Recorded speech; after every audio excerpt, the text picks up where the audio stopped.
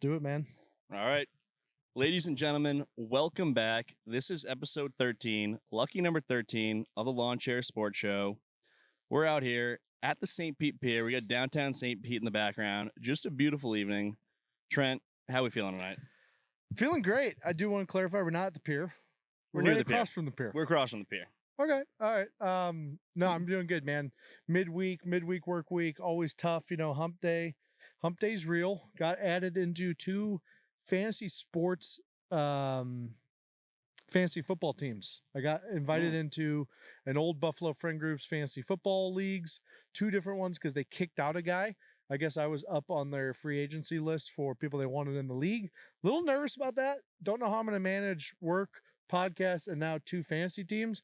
I've always been a proponent of not playing fantasy sports unless it's daily fantasy. So a little stressed by that. But other than that, I'm doing good. You know, I will say a couple days out, no drinking, feeling a lot better. Me and Andy are going to lower our intake of alcohol in the next 30 days.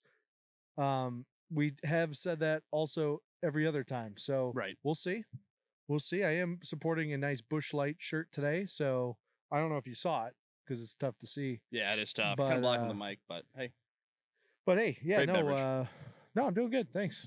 That's awesome. That's awesome. I'd ask you how many Surfsides you drank during Monday Night Football, but it's none because we're taking a break. We're keeping it easy, but right off the jump, we got to get into the Monday night action. We had two games this Monday, and we got to clean something up off the riff, okay? Because we had some production issues during the last episode. So if you heard anything pertaining to Monday night's games, I would just disregard those. That was a production issue.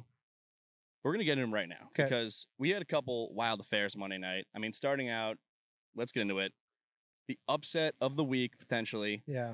Your Buffalo Bills falling to the Atlanta Falcons 24-14. Trent, what are your thoughts? I mean, Buffalo is backs against the wall. Season is starting to turn quick. If you look at even the first game of the season, it's probably lucky that we even beat the Ravens. So we're looking at a Bills team that's struggling. I'm not going to lie. Josh Allen's still putting up numbers. He's carrying the team through all these wins. But the only receiver we have right now is Khalil Shakir.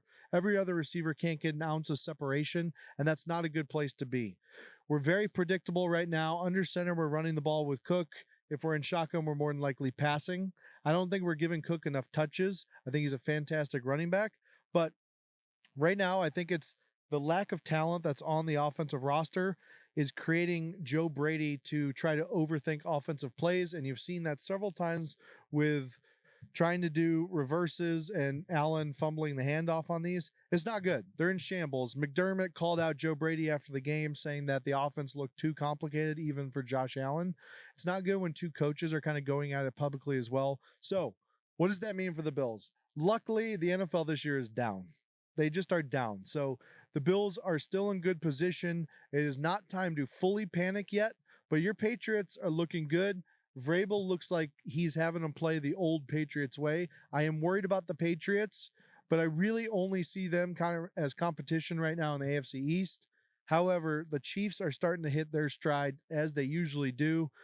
It's going to be a wild ride at the end of this NFL season, even going into midway. But Roger Goodell loves that, man. He always wanted parity in the NFL, and this is it. However, with no clear front runner, the NFL commentators are kind of lost as to who to talk about and who to focus. So it's very interesting this season. What were your thoughts? Yeah, it's wild. I mean, it seems like there are no standout contenders. Everyone is kind of just trash this season, save for Danny Dimes and the Colts and Baker and the Buccaneers.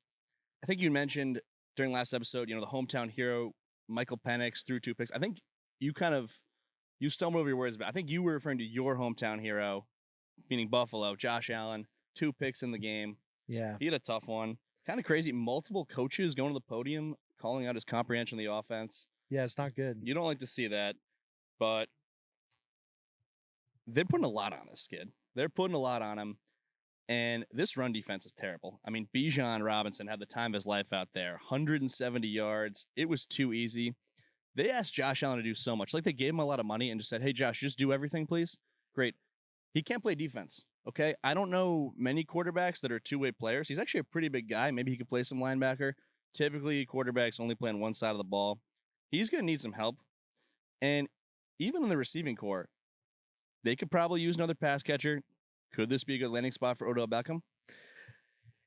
It could be a great spot for Odell Beckham. Honestly, the thing is who are we going to get in there? Because right now we need someone that can create separation. I will say, though, touching on the Falcons' performance, Falcons looked really well coached. So well coached that we almost forgot that the coach's son is the one who sent the fake call to Shedeur Sanders in the draft and got fined about $250,000 for it. Don't forget about that.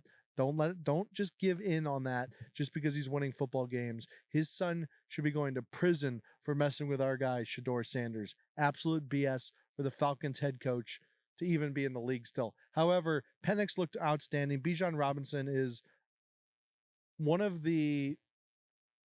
Thank you for bearing with us. We have slightly adjusted our position. Still not at the pier, but very close in the general vicinity.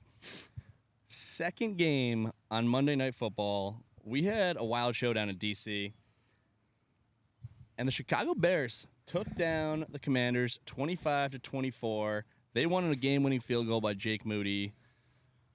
Trent, what were your takeaways? My takeaways are, I think I need to reevaluate my thoughts on Caleb Williams as much as I don't want to say it. He's looking pretty darn good. We made some big calls on Caleb Williams early in the season. In fact, we went so far as to say that he was just a bad human being overall and that he couldn't command a huddle. Well, a couple of games isn't going to change that. Caleb Williams is still one of the worst quarterbacks to be drafted in the last 10 years. He's gotten on a couple lucky streaks, and that's mainly because they have Ben Johnson as their head coach now. He's opening up stuff for Caleb Williams that any quarterback in the league could throw. Listen, the Bears have had a couple lucky games, but until they do this consistently, I don't want to hear any takes about the Bears being for real or serious. So, Washington, unfortunate game for them. Jaden Daniels doesn't look 100% out there. He does not look like he's playing up to what he was last year. And just strictly from a body being ready perspective, I think Jaden Daniels is going to only continue to get better this year. But, hey, great football game. That's going to be kind of one of those fun matchups, the first pick in the draft versus the next pick in the draft. It's always fun to watch. So what did I think?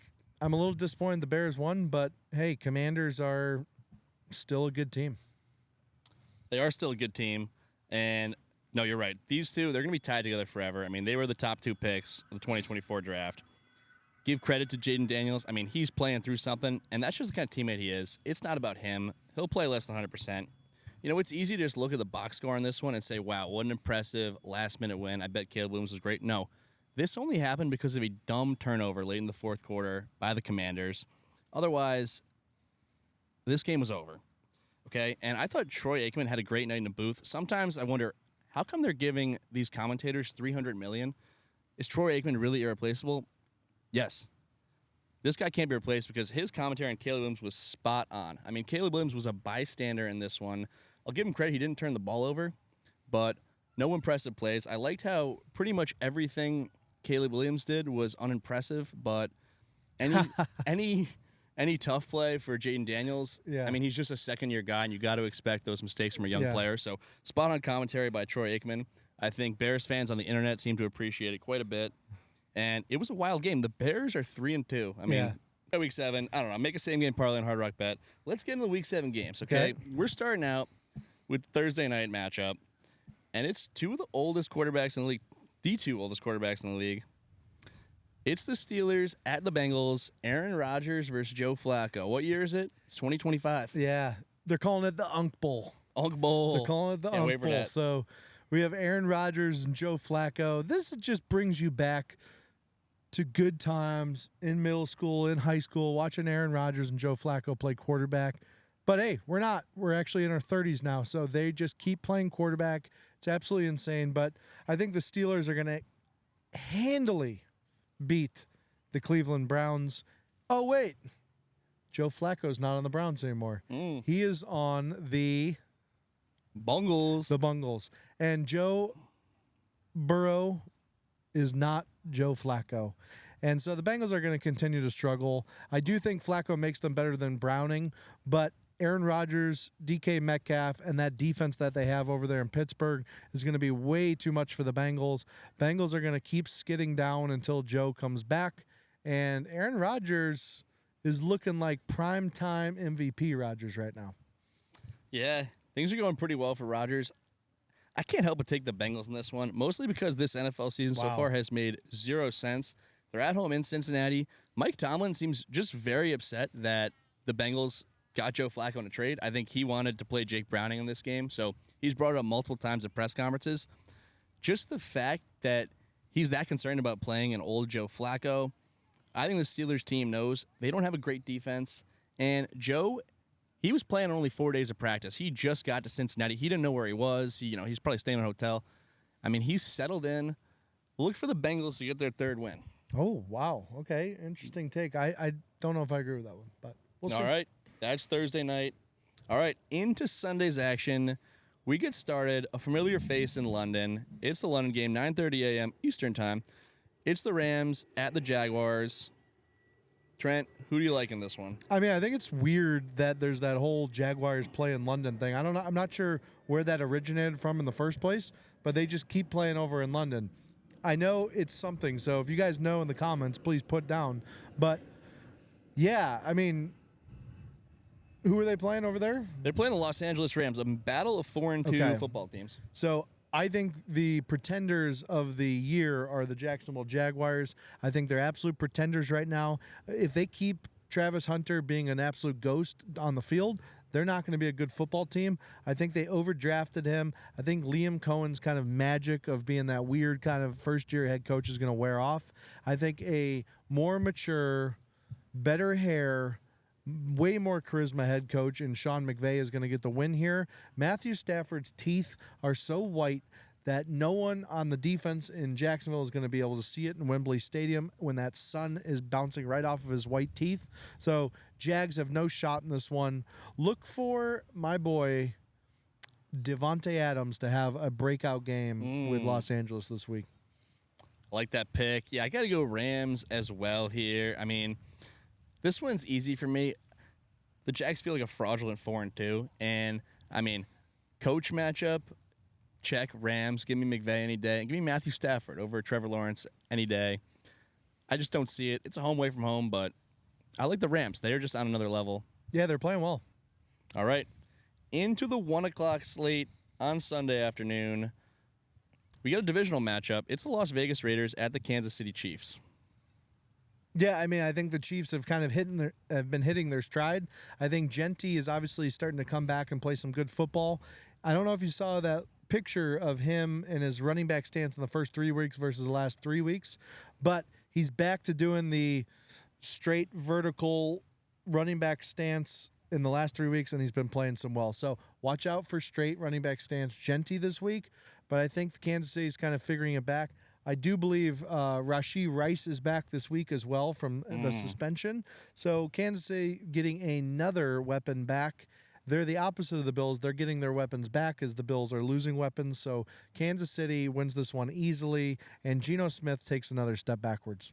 Yeah, I would have to agree. It's all coming together for Kansas City. Last week, incredibly disciplined game. Did not commit a single penalty. I mean, between that, Mahomes, the weapons they're getting back, this team's going to be tough, especially against the Raiders at home. I mean, what are we talking about? How can you not pick the Chiefs I don't here? know why we're talking about it. I don't know why we are. Win. I don't know why we feel obligated to, but that's what we have to say there. Now let's get into it. In Tennessee, we got the New England Patriots traveling to Nashville. It's the Mike Vrabel homecoming. I'm gonna get into this one to start. Yeah, because this is yours. You know, not a lot of people know this because the Titans will never be a national story. Things got pretty nasty at the end with Vrabel's tenure in Tennessee. They let him go, and there were some extremely moronic quotes that came from the Titans organization, including saying that he was abrasive and his big, strong stature made him intimidating and difficult to approach by other members of the organization. That's usually what football coaches look like. I mean, these organizations are going in opposite directions. Vrabel's got Drake May playing great football. The Patriots are rolling. The Titans are absolutely terrible. I mean, Cam Ward should not have been the number one pick. No. That should have been Shadur Sanders. I expect the Patriots to blow them out, statement win in this one. And It's hopeless. I mean, Titans fired their coach before this. They're going with Mike McCoy. He's the interim. Mike Vrabel is a football guy. We've talked about that before, and he is going to go into this game so fired up and amped up. If you thought he was up against the Bills the other week on Sunday Night Football, this guy is going to be a maniac this week. He is so pissed and still has a lot of wounds that are unhealed from the Titans and his firing there that he is going to come in and treat Nashville like it's his little bitch. He is going to go in there and absolutely destroy Tennessee, and I wouldn't doubt if I'm seeing the Patriots up by 40 going into the fourth quarter, still running their full offense and starters in, because this one is personal for Mike Vrabel, and I think Mike Vrabel is able to connect to his players at such a deeper level than most of the NFL head coaches. I really do think that he's a player's coach, but not just a player's coach because he's an easy pushover. I think he's a player's coach because he earns the respect of his players. So watch out for the Patriots this week. I think you're going to see probably the biggest spread in score in this game this week. I think Mike Vrabel is going to have his team and the boys ready to dominate in Nashville. Yeah, look for some trick plays late. Yeah, look for them to try to hang 50 because this is personal. All right, next up, we have the Toilet Bowl. It's the Miami Dolphins traveling to Cleveland, taking on the Browns. They're both 1-5. I mean, they both got their own issues. Who do we like in this one? I think just from a talent perspective, I like Miami in this one. I think Tua is kind of has his back against the wall here, and Mike McDaniels has his back for sure against the wall. I think they bounce back this week versus the Browns. I just am not a believer in Dylan Gabriel. I don't think he has what it takes to be a starter in the NFL, let alone winning games in the NFL. So until the Cleveland Browns fix their problems and put in Shedeur Sanders, I think you're going to continue to see them struggle. Miami gets a lucky victory. It's not going to be a good game to watch. I wouldn't suggest watching it, but there is hope that this might be the NFL debut for Shedeur Sanders this week. I think if Dylan Gabriel does not play well in the first half, I would not be surprised if they tell Shedeur to start warming up that right arm. So that'll be a big-time game and big time for the pod if we see Shedeur get in. But otherwise, it's a wash, bad game. I got Dolphins. Yeah, I've got to take the Dolphins as well. I mean, I just cannot pick the Browns when they're starting Dylan Gabriel. He didn't play well last week, and not only did Shedeur Sanders not get in the game, I thought it was unfair in the post-game presser when asked about it. Kevin Stefanski called him a whiny baby who needs to wear a diaper. I thought that was unfair and over the line, but I'd be excited to see him potentially get in the game this week. That could change fortunes for the Browns, but for now, I just don't see how they have a shot with this Dylan Gabriel. Yeah. Give me Miami. They're the more talented team. Agreed. All right. Next up, we have the Carolina Panthers, 3-3 now. Okay, they've turned the season around, traveling to New York to take on the Jets. Actually, not New York. It's in northern New Jersey. The Jets are 0-6.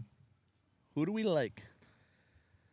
Man, it's going to be tough for Aaron Glenn if he loses to this Panthers football team, but I think that's what's going to happen. Justin Fields coming off a -10 net yards game. I think you're going to see Tyrod Taylor make an entry into this game at some point. So Jets really going to continue to struggle until they figure out that quarterback position and how to keep him upright in the pocket. Until then, I think anyone who's playing the Jets has a very good chance to win. It just so happens to be the Carolina Panthers this week. This isn't a vote of confidence for the Panthers. It's more a prescription that the Jets just keep putting out shit on the field. Yeah, you know, this is probably one of those games where going into the season, the Jets circled it and said, oh, well, we can win this one. I don't know about that. Justin Fields terrible last week, -10 net yards. Things are spiraling out of control for the Jets. I can't pick them. I would love to see Tyrod Taylor play, though. I think he would give him a shot to actually win some games. And Aaron Glenn adamant, though, that that's not happening. It's crazy. He said, what? Because of one bad game, I'm going to bench guy? No, this is our starter. I don't know if it's just one bad game. Justin Fields has not looked great, but I can't pick the Jets to win a game until further notice. I think the problem is, and it's even permeating into head coaches now, is that they're looking at the quarterback position too much from a stat line perspective. And so Aaron Glenn's had, obviously Justin Fields in the first 4 games had good stats. But again, we've talked about this on the pod before. Stats at the quarterback position only go so far.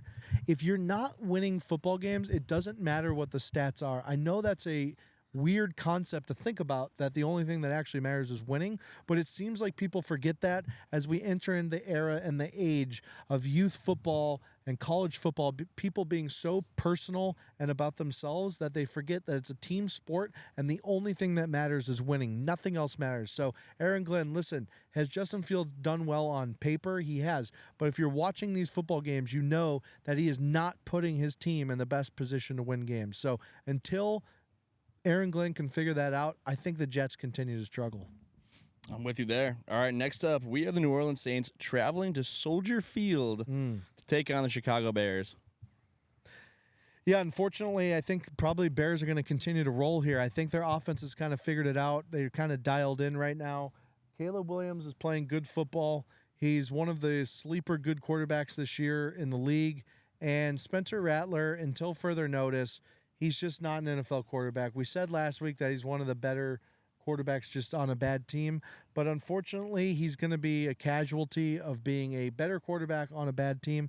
I don't think he gets a shot anywhere else, maybe as a backup. I see him more as like probably like a Rex Grossman or a, I don't even know who's like an all-time backup guy. Ooh, what about who's the guy who was in Kent? What about Blaine Gabbert? Give me some Blaine Gabbert. Very good comparison. You know, Blaine Gabbert had some flashes. Rattler had some flashes, but he'll probably be a career backup. Yes, I actually like the Saints in this one because they kind of hung around with the Patriots last week, got a ton of help with the officiating. Spencer Rattler actually had some moments. I mean, he had a 51-yard bomb on the first play from scrimmage, and his receivers kind of let him down. The ball kept slipping out of Chris Olave's hands. I think there's a reckoning coming for the Bears. They do not deserve to win that game on Monday night. There's no way they're going to 4-2.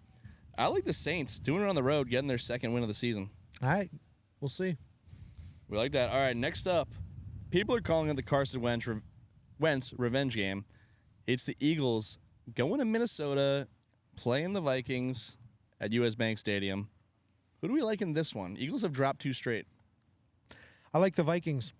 I think the Eagles are rotting from the top down. They're rotting from the head, and that's never a good position for an organization to be. I think Nick Sirianni struggles to keep all of these personalities in line, and you can see that in the post-game press conferences. When people are calling out a franchise quarterback like Jalen Hurts, who's winning Super Bowls for a team, that's when you know you have a problem. But the real problem here is Carson Wentz is going to be up for this game. He is disrespected.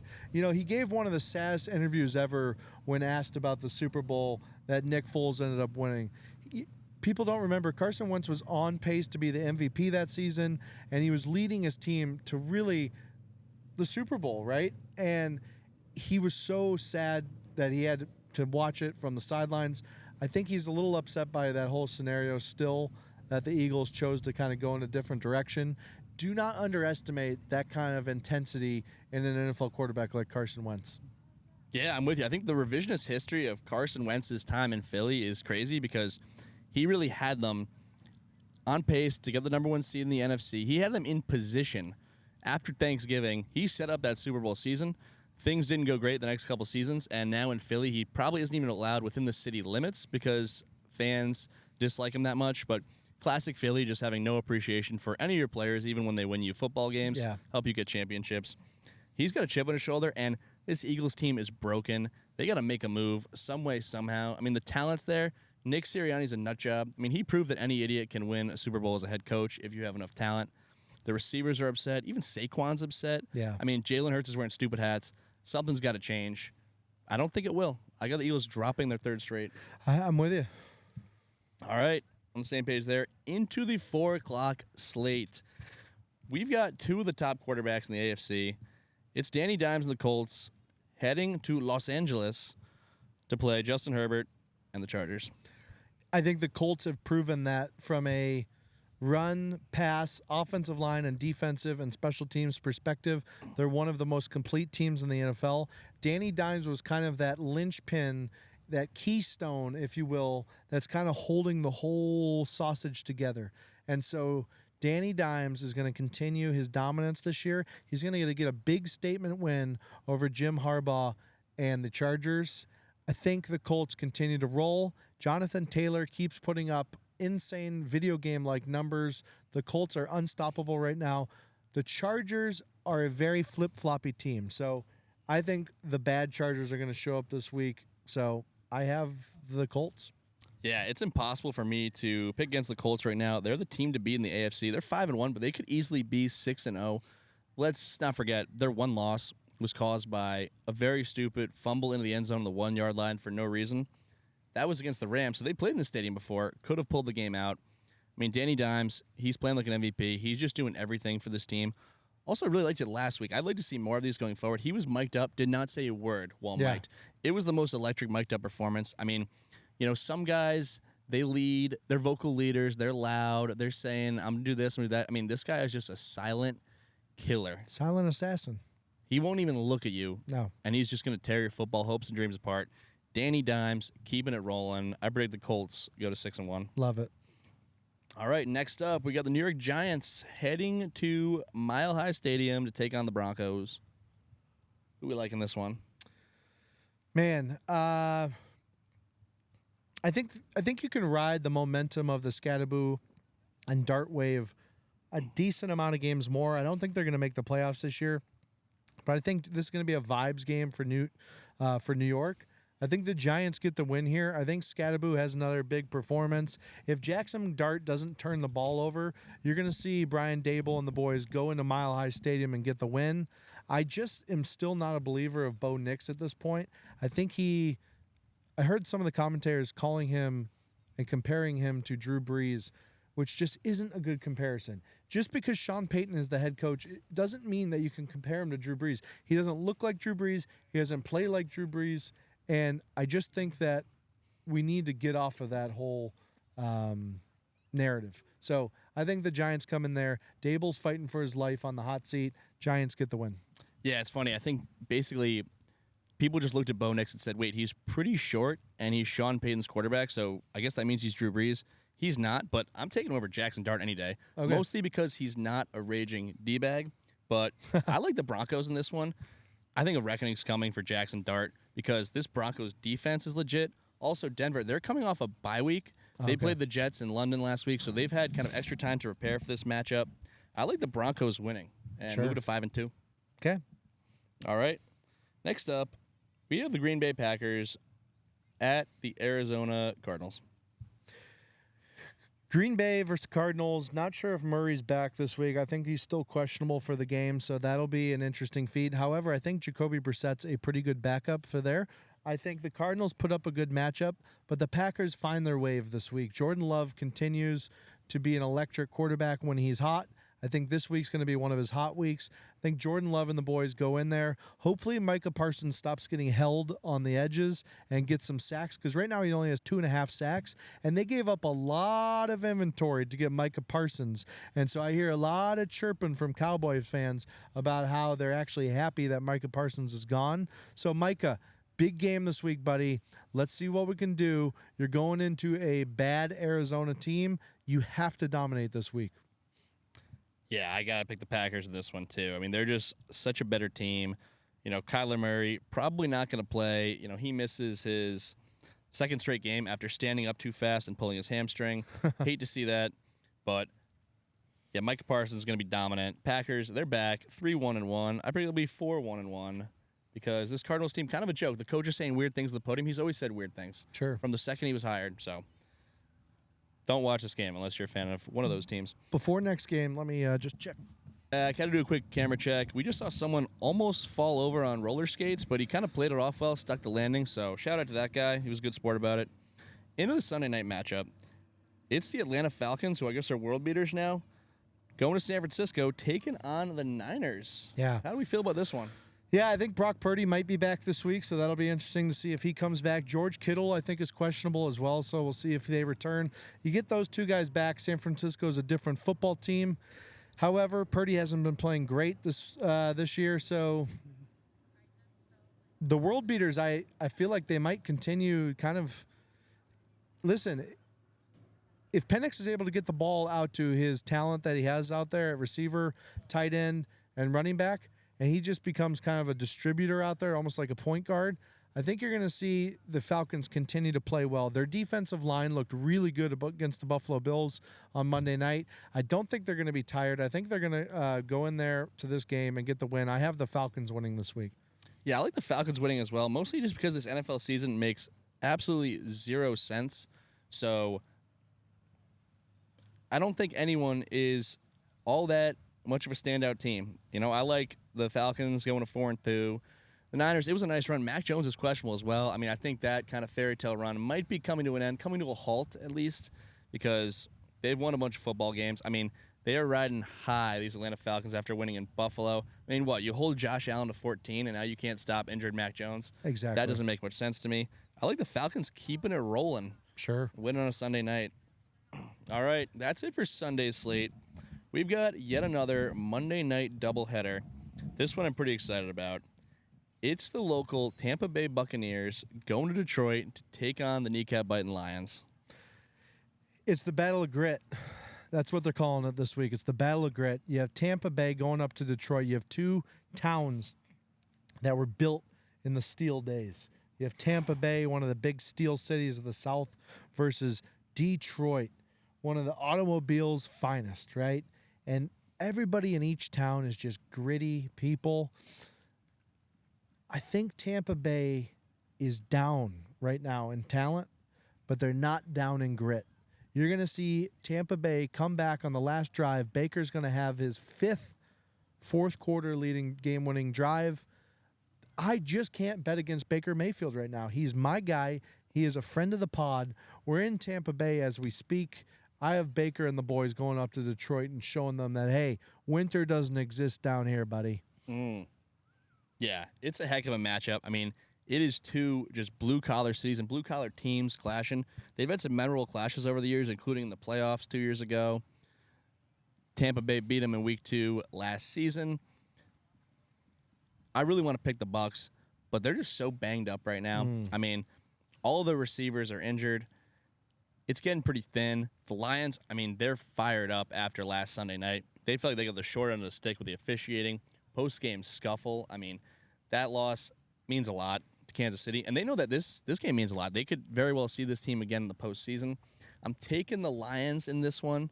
I think Baker probably uses that as motivation and after he listens to this pod and leads the Bucs to victory. So I'm taking Lions. You're taking the Bucs. Fair. Should be an incredible game. Hard to pick against Tampa right now, but I just did. Then we have the second game, our Monday Night doubleheader. It's the Houston Texans at the Seattle Seahawks. Yeah, they're calling this the least watched game of the NFL season. Couldn't care less about this one. Seahawks get the win. Yeah, if you're on the East Coast and you have to wake up early in the morning, don't go into Tuesday on a sleep deficit. It's probably not worth it. Sam Darnold versus C.J. Stroud. I don't know. Seahawks have a chance to go to 5-2. Texans have really turned their season around. They started 0-3. They could get to 500 with a win here. I don't think they get one. Don't like it. I like the Seahawks in this one, but don't watch the game unless you're a fan of the two teams or you got nothing else going on. All right, so that takes us to the end of our NFL Week 7 preview. I mean, I'm excited for it. All 6 weeks have been wild so far. Electric. No reason to think this one will be any different. But now it's time to get into it, okay? So we talked a lot of football. Now it's time for the What's Going On current events segment presented by Chips Ahoy. Because when I want, a nice sweet treat, I like a nice chocolate chip cookie, and I turn to the chocolate chip cookie that is the best ingredients, has the most chocolate chips per capita, I believe is the term, amongst any cookies on the shelf in your grocery store. It's presented by Chips Ahoy. I mean, you just can't beat them. Do you go chewy or do you go crunchy? I do go chewy. Chewies are good. Yeah, give me maximum chewiness. Crunchies just get stuck in your teeth at a level unknown to mankind.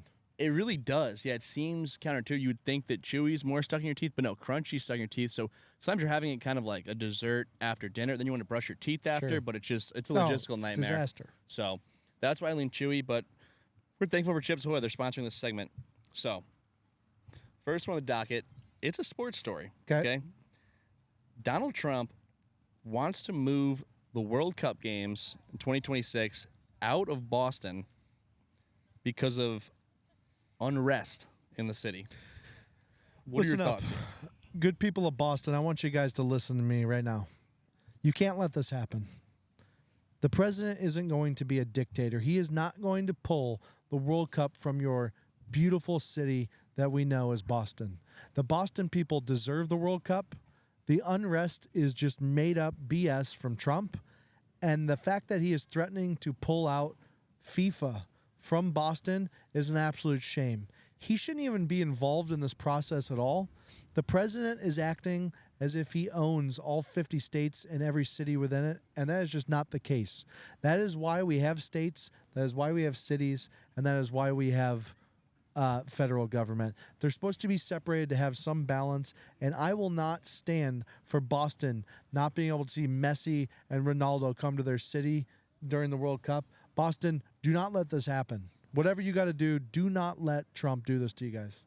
Yeah, I mean, there's a lot to get into here. You know, on one hand, it's tough because the World Cup and FIFA, they've always kind of stressed we need our World Cup games to only be played in very safe cities and locations. So I do get where he's coming from in that regard. But I think Donnie is a little misguided here. I mean, there are a few things to get into. For starters, the World Cup games will be played in Foxborough. That's where the Patriots play. A little geography lesson. It's not Boston. It's not that close. It's closer to Providence, Rhode Island than it is downtown Boston. It's actually a very quiet town. Not a lot going on there other than surrounding the stadium. Very strong schools in the area. So shout out to Foxborough in that regard. But he has Boston all wrong. I think he's out of touch. This is a very safe major city. Very safe. I mean, you're walking around Boston, and with the exception of the immediate vicinity of a public transit station or a 7-Eleven, this city is just impeccable. I mean, I really cannot stress the 7-Eleven thing enough. For a safe city, the areas around 7-Elevens are war zones. So if that's what he has in mind, he may have a point. But beyond that, there's no unrest going on. The only unrest going on in Boston right now is that the NBA season starts on Tuesday, and Jason Tatum's out with an Achilles injury, and the Celtics don't have a center. Other than that, Boston's good. They're fired up to host some World Cup games. Yeah, let them play some ball. That's right. All right. That was a big one to hit on. Next up, another one for number 47. Trump says he has a private donor, and he's keeping who it is a secret, who's willing to pay military salaries if this government shutdown prolongs. What are your thoughts here? Number one, it's just one of those things that he's throwing out wildly. If we are going to allow a private donor to pay these salaries, haven't we learned that nothing in life comes free? Whoever that private donor is, which is weird that he's not naming them, is going to want some sort of influence in the political world, in the geopolitical world, in international politics, in business, something. He's going to want a favor from the president. This is not okay. We pay so much in federal income tax that we shouldn't have to rely on some private donor to pay the people that protect us, that go overseas and put everything on their line for us. We don't want to see a donor have to do this. The United States should pay the military, and that should be the only person that ever pays the military. This idea of some private donor is absolutely ludicrous. Don't get me wrong, I like the fact that he is trying to be creative to find a way to make sure that our troops get paid during this government shutdown. I think that is important, but I have to feel like we can go across the aisle and work that out amongst ourselves in Congress and in the Senate. I do not think we should rely on any private donor or any private country or third party to pay our military in the U.S. Yeah, it's crazy. I'd love to know who it is. I mean, honestly, if you have a theory on who it may be, leave a comment below. Let us know who you think it may be and why. But this is kind of crazy. The one thing I will say, a lot of times you hear people say, we spend so much tax money on the military, it's just out of control. Why are we spending our hard-earned dollars just to have a crazy military? Listen, not taxpayer dollars. So if you're any given citizen, I mean, this one time you're kind of catching a break. Military powerhouse, you're not paying for it. Unique situation. I don't think I've really heard of anything like this before. So it has never happened before. It's always interesting. Yeah. Always interesting. That's the end of the What's Going On current event segment presented by Chips Ahoy. Now we're on to our final segment of the day. Okay. This is the made-up news segment presented by Newsmax. Because when I want news, one of the places I can get it is at Newsmax. Okay.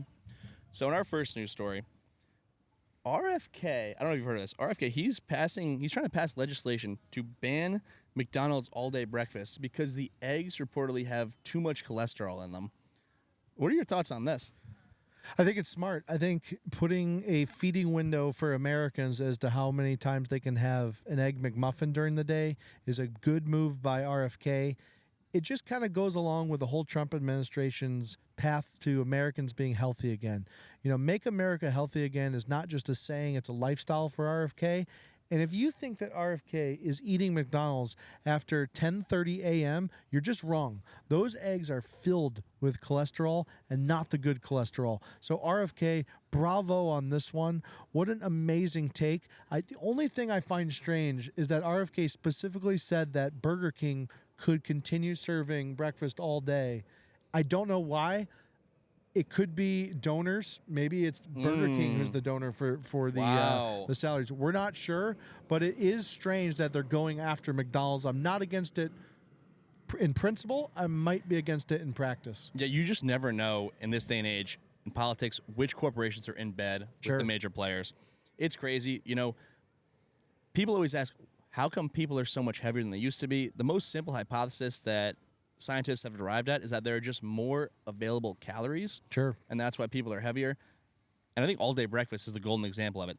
You really don't need a fast food place to be serving you breakfast, probably at all, but definitely past noon. There really is no reason that you need that at 4 p.m. RFK, looking out for the people, he's drawn a line. He's saying no. Okay? You can get a sandwich, or you can make your own eggs if you really need it after 4 p.m. There's no need for it, so... I think it's crazy. Yeah. Let me get a camera check because the sun is going down quick. Oh, yeah, we're in shadows, buddy. Did I forget about one? The second one I have is just the Elon Tesla thing. Yeah, do that one. Okay, is there a third one I forgot? We can make one. Go ahead. I think we're good. No, I for some reason I thought it was 3 Go ahead. hilarious ones. We're good. Okay. All right, next up we have Elon Musk. He's opening up applications for the first people to be sent to Mars. To begin with, he's starting only with Tesla owners as the first eligible to apply. What are your thoughts? Yeah, he's opening up applications first to Tesla owners to have a chance to enter to go to Mars first. This is exciting for the human race, exciting for Tesla owners. As a Tesla owner myself, I have already submitted my application to go to Mars.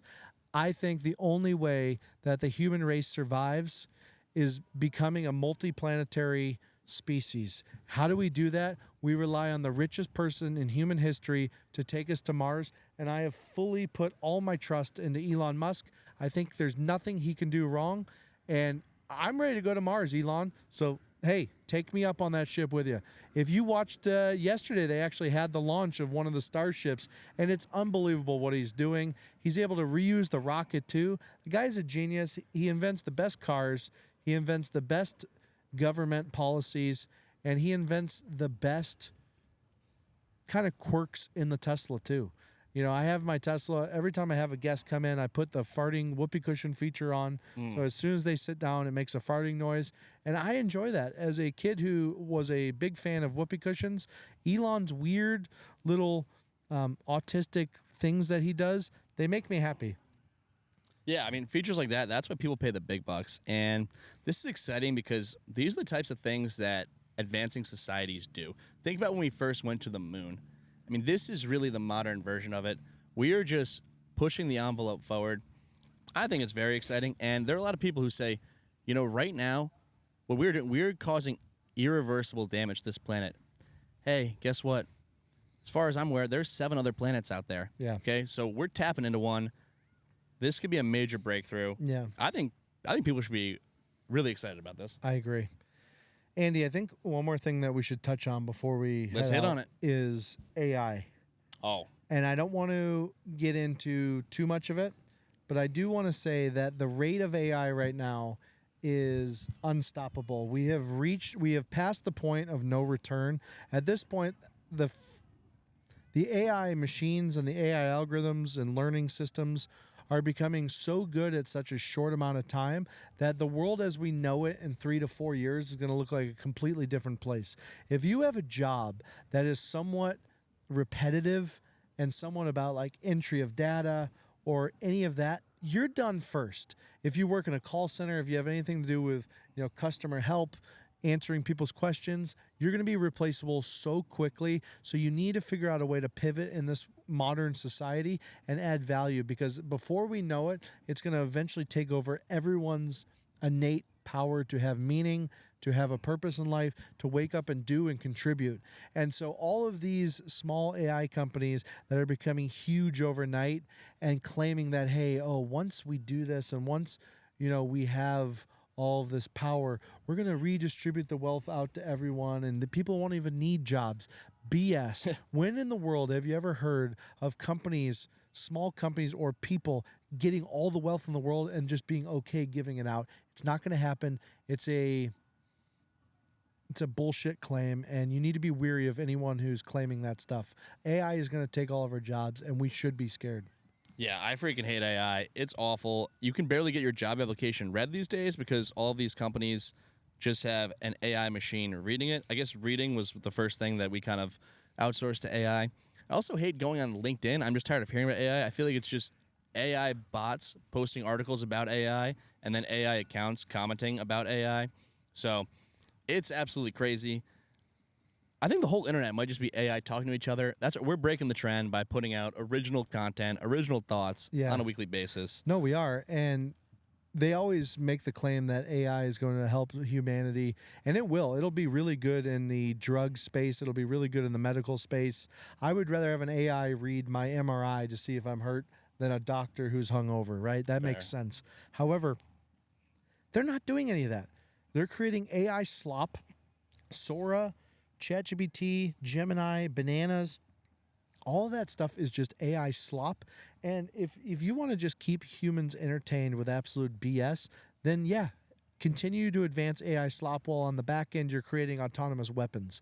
But in the meantime, if you're worried about AI, one thing you can do is follow the Lawn Chair Sports podcast. We are not AI. We don't use any AI tool in the making of any of this. This is all human-made production, good old American grit. We are the Lions versus Tampa Bay Buccaneers. This podcast is gritty, and we won't stop grinding until people stop making fun of us on Facebook. That is our goal. We need at least a couple positive comments to outweigh the negative ones. Right now, we are 100% negative comments on all of our shorts, and it is making us feel bad. It's making us feel lousy. We are waking up feeling poorly about ourselves. But it's funny. The joke is actually on you. Any engagement is good engagement. Keep shitting all over us. We love it. We love you guys. Thanks for listening to this podcast. Episode 13 might have been one of my favorite locations. This is absolutely just beautiful out here. The weather is turning. Oh, yeah. I love St. Pete this time of year. Guys, if you haven't been down, come visit us. Have a beer with us. St. Pete is great this time of year. Absolutely incredible. What a night. Love doing this with you guys every week. Episode 13 in the books. In the books. Thanks, guys.